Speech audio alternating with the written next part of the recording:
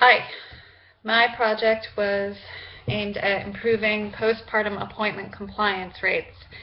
My contributing factors were lack of transportation and lack of knowledge regarding the importance of postpartum appointments. My interventions were an educational handout about the importance of postpartum appointments and bus schedules in the waiting room and flyers about Medicaid reimbursement for transportation to appointments. So I believe the project is adequate in addressing the two contributing factors. And the patient educational handout will be given to every woman who gives birth at the Family Birth Center, so that encompasses the entire aggregate.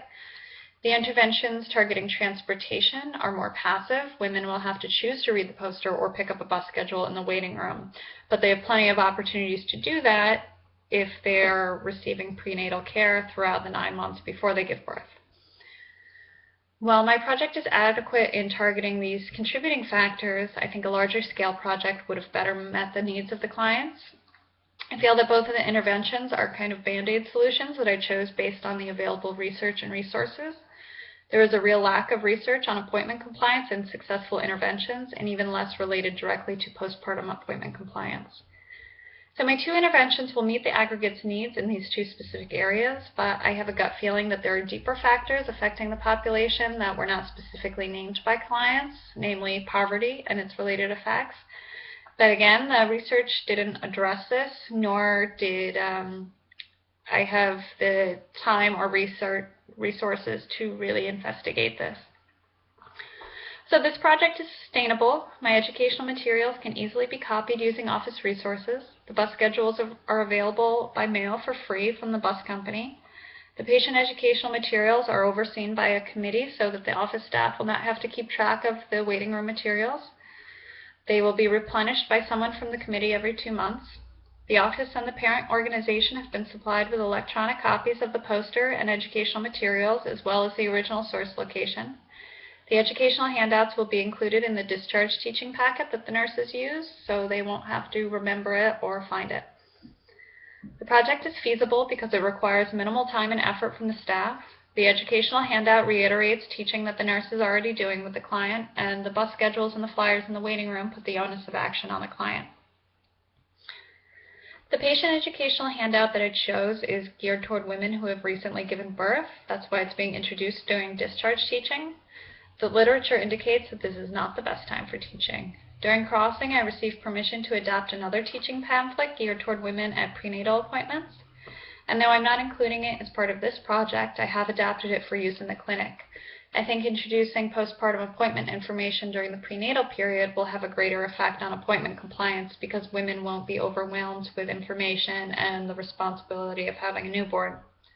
My preceptor and the physicians at the clinic also think that the information is better to present at a 3rd trimester prenatal appointment.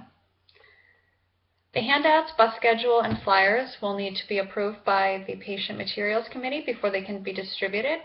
I won't be able to evaluate any of my objectives before that happens, and that probably won't happen until after the new year. So both I and my preceptor are pretty frustrated at not being able to implement something right away. But it is a very large non-for-profit organization, and that's just the way they do things. My preceptor and the other providers like the format of the educational handout.